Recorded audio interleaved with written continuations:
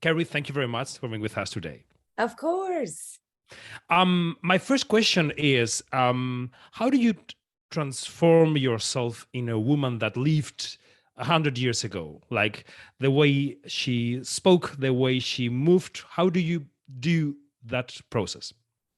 So I suppose there was a little bit of, room for, my imagination, because I don't think, it was exactly how it was in those days, in the sense that, some of the dialogue and stuff, there was a little bit of an artistic license to make it my own. But, I am an Irish woman, and I understand like the Catholicism at that time. And there was a sort of a conservative aspect to women around that time, and not a sexual, side to them or anything. So it wasn't that difficult for me, because I'm from Ireland, and because, I have lived there my whole life. I suppose that, costumes always helped, and particularly the shoes, which is something I, learned from Nick Nolte, a very great actor early on in my career, schooled me on the shoe part of it.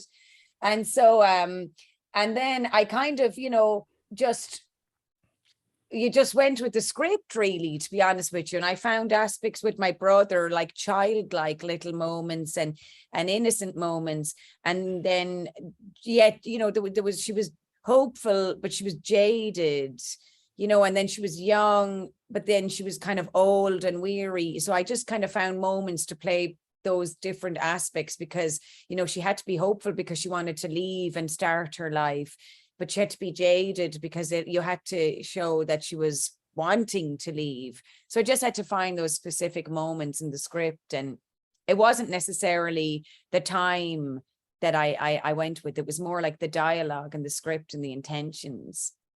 Okay. How would you define Martin as a director on the set? I'm very interested in that relationship between actors and directors. And related to that, how do you like your directors? Oh, it's very interesting, because they're all very different.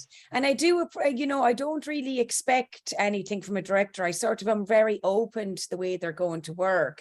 But I was thinking the other day, it's funny that, you always know a good one because they're always the ones you remember.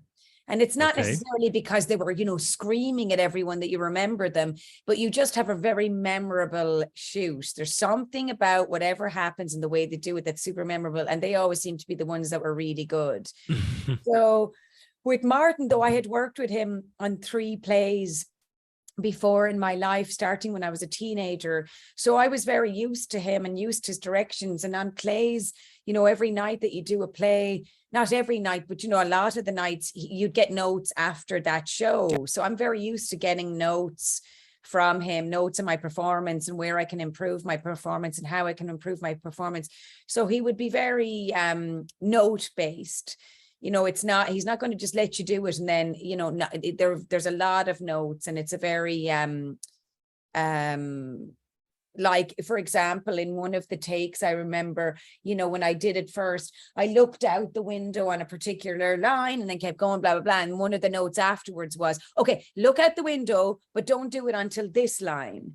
And, and he just kind of, can go on my instinct, but he'll sort of fine tune it in a way that will suit what he's looking at. I'm not the kind of person who goes to look at the monitor.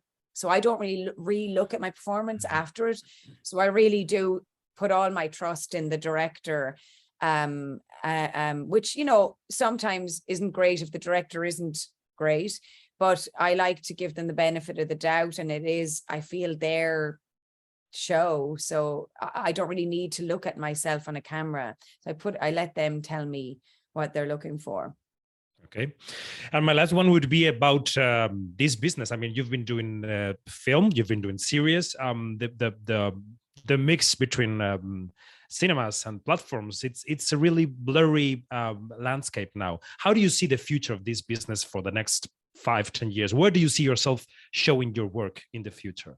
Oh gosh, I'm totally open to anything, really, because a long time ago, television wasn't as mainstream as it is now. And I remember, you know, being labeled in something as like a television actress. And I was livid. I was like, who the fuck are you to limit me? Like, I've done, my first job was a movie. So I feel very, you know, open. I certainly think I would like to do a play again at some point, because the last play I did was The Cripple of Inishman, Martin's movie, and that was like, oh, you know, it was so long ago. So would like to do another play, and be open. I really enjoyed doing the voice work on the Marvel movies, and I felt like it was a lot more difficult than you would imagine. And so I felt like that was a whole other area that I would like to improve on, or perhaps learn more about and do. So I think it really depends on, I kind of think whatever's meant to come my way will come my way. Yeah, but maybe virtual reality could be. Yeah. You never know. I mean, I'm not big on virtual reality, but it wouldn't surprise me. Okay. It's been a pleasure talking to you, Kerry. Thank you very much for being with us today. Thank you.